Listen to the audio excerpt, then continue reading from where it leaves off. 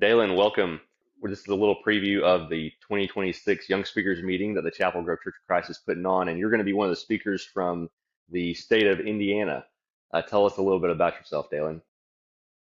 Well, like you said, I'm from Indiana. I'm the Bedford congregation, and I speak every month, every 2 months, something around there. And we'll have different speakers. Sometimes I'll speak with some of the young ones, and it's been really beneficial. I've learned a lot by speaking with some of the young guys there at our congregation, and I've learned a lot. And I'm really thankful for the opportunity to speak with y'all and with the other young guys here, and just thankful for the opportunity to speak at this meeting. Yeah, we're excited to have you. Now, tell us how old you are. I'm 18. I just graduated, so. Yeah. Okay, and you're working with your dad now in construction or remodeling, house remodeling. Yep. Yeah, that's what I'm doing now. That's kind of like Paul. He was a tent maker, so Yeah. you Yeah, that's got right. something going for you there. Well, you Yeah. got a couple of topics that we assigned to you. They're all under the theme of unashamed, different aspects that affect young people, really all Christians, but specifically, you're going to be talking the first topic on unashamed to share the gospel. And I want to say a caveat because when I talked with Hayden last week and I shared that video on social media, I actually got y'all's topics mixed up.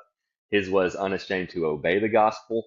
So if anybody's watching, uh, that was Hayden's topic, and Dalen is talking about sharing the gospel. So share with us a little bit of what we should be unashamed about, or just what that sermon will be about. hmm Well, first of all, I'm really excited about just the whole topics and how being unashamed to and these different aspects of living a Christian life. I think it's a great topic for young people. And the one specifically I have, like you said, unashamed to share the gospel. I want to stress the necessity of sharing the gospel because I think a lot of times we forget how important that is and that there are literally dying souls out there. If you go to Romans chapter 3, it talks about how everyone has sinned. All men have fallen short of the glory of God. You go to Romans 6 and it shows that the wages of sin is death. And everybody has sinned and they need the gospel. And that's why we need to share it to people. You go on and in this lesson, I want to talk about how we need to prepare for that. We need to study the word so then we're ready to give that to people. Ephesians chapter 6, 15, it talks about having your feet shod with the preparation of the gospel of peace. And we need to have that gospel always ready to share to people. You also can see very, very many different examples of people sharing the gospel. You go to Acts, and there's countless examples of people sharing the gospel. So I want to show a few of those and see how people actually do that.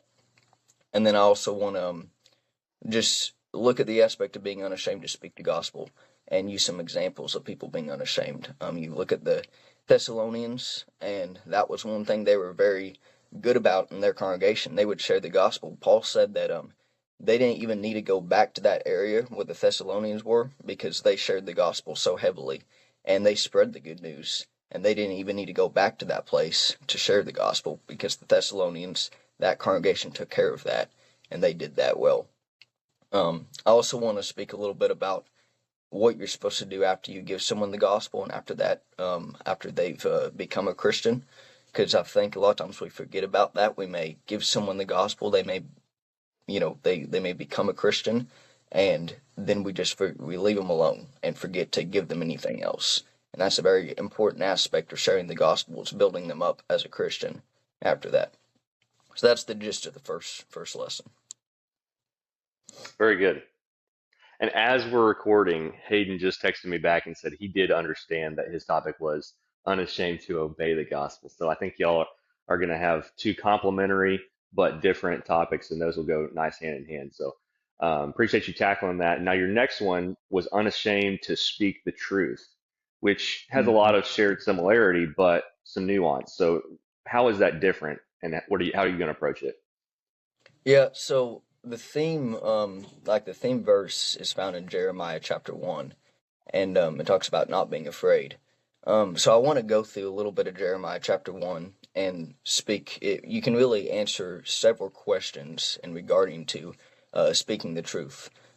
It shows kind of what we're supposed to speak. We're not supposed to be speaking our own words, as it shows in Jeremiah that literally God touched Jeremiah's lips and he gave him his words to speak. So we're not supposed to be speaking our own words, but we're supposed to be speaking the words of God. And when we realize that we speak God's words and not our own, we have all authority to do anything. We can rebuke anybody. We can give anybody the truth as long as God is on our side. And also, we're speaking from His word. We're not to be afraid. Jeremiah shows that very clearly. It mentions it several times that we're not to be afraid. We asked the question kind of what we're supposed to do. It's what I want to cover also, how we're supposed to go about speaking the truth to people. I think Ephesians chapter 4 is a very good place to go. It talks about how the apostles have built up the congregation and built up all of the people to where they can now speak the truth to people in love. And that's really how the body works together very well. If we all speak the truth to one another, then that's how the body grows and edifies itself. Ephesians 4 also shows the right attitude. We're not supposed to speak the truth just to get back at somebody out of hatred or anything, but simply out of concern for their soul and because we love that brother. And that's the right attitude that we're supposed to have when we speak the truth. And I think a lot of people believe that speaking the truth to people and maybe rebuking somebody is not love, and really it's the quite opposite. I mean, Proverbs talks about the kisses of an enemy are deceitful, but the wounds of a friend are faithful. And that completely shows that sometimes you have to hurt your friends. Sometimes speaking the truth hurts, and you have to simply give them what they need to hear so then they can be a better Christian. And speaking the truth is love, and giving them what people truly need to hear is love, and that's really how the body grows.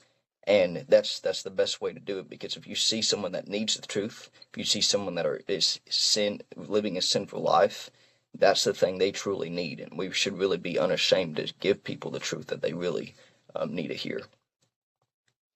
Well, you seem very prepared.